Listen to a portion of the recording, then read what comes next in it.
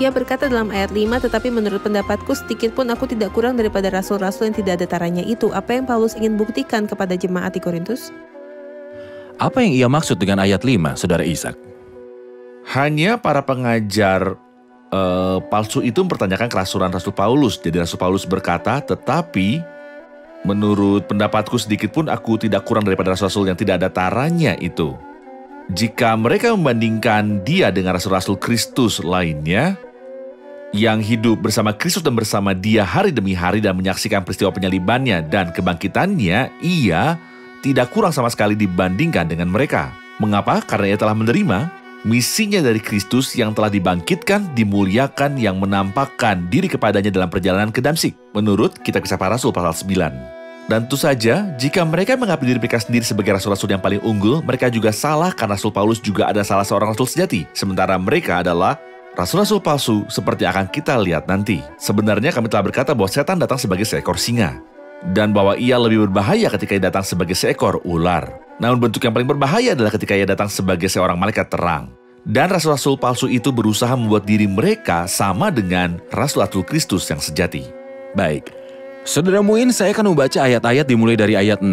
Jikalau aku kurang paham dalam hal berkata-kata, tidaklah demikian dalam hal pengetahuan, sebab kami telah menyatakannya kepada kamu pada segala waktu dan di dalam segala hal. Apakah aku berbuat salah jika aku merendahkan diri untuk meninggalkan kamu?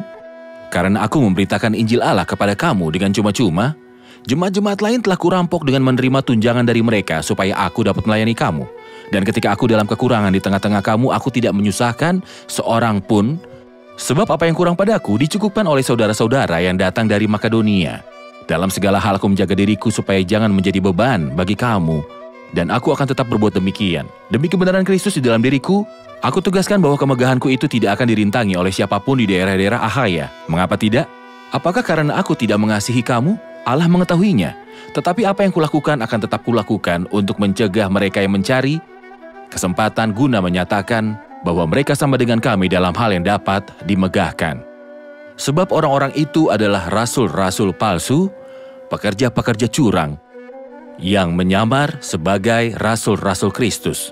Hal itu tidak usah mengherankan, sebab iblis pun menyamar sebagai malaikat terang. Jadi bukanlah suatu hal yang ganjil jika pelayan-pelayannya menyamar sebagai pelayan-pelayan kebenaran. Kesudahan mereka akan setimpal dengan perbuatan mereka. Ayat dari 6-15 yang telah saya bacakan, apakah ayat-ayat itu berkata bahwa memberitakan firman membutuhkan kefasihan berkata-kata untuk dapat diterima oleh orang-orang? Atau kebalikan dari itu?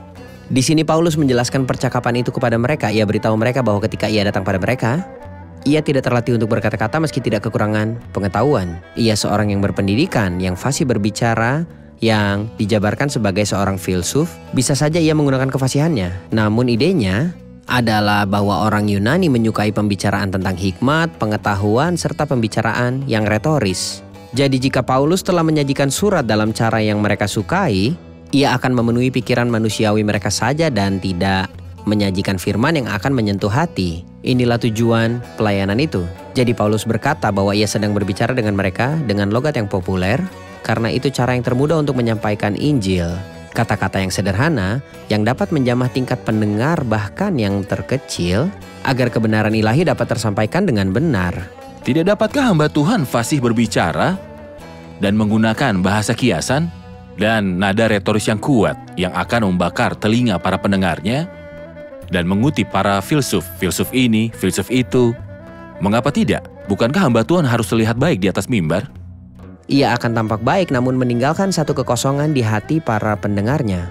Saya pikir dengan metode ini, ia akan memenuhi satu keinginan tertentu di dalam mereka atau meninggikan dirinya di hadapan mereka. Akan seperti apa hasilnya? Orang-orang akan berbicara tentang gaya dan perkataannya dan gerakannya di atas mimbar.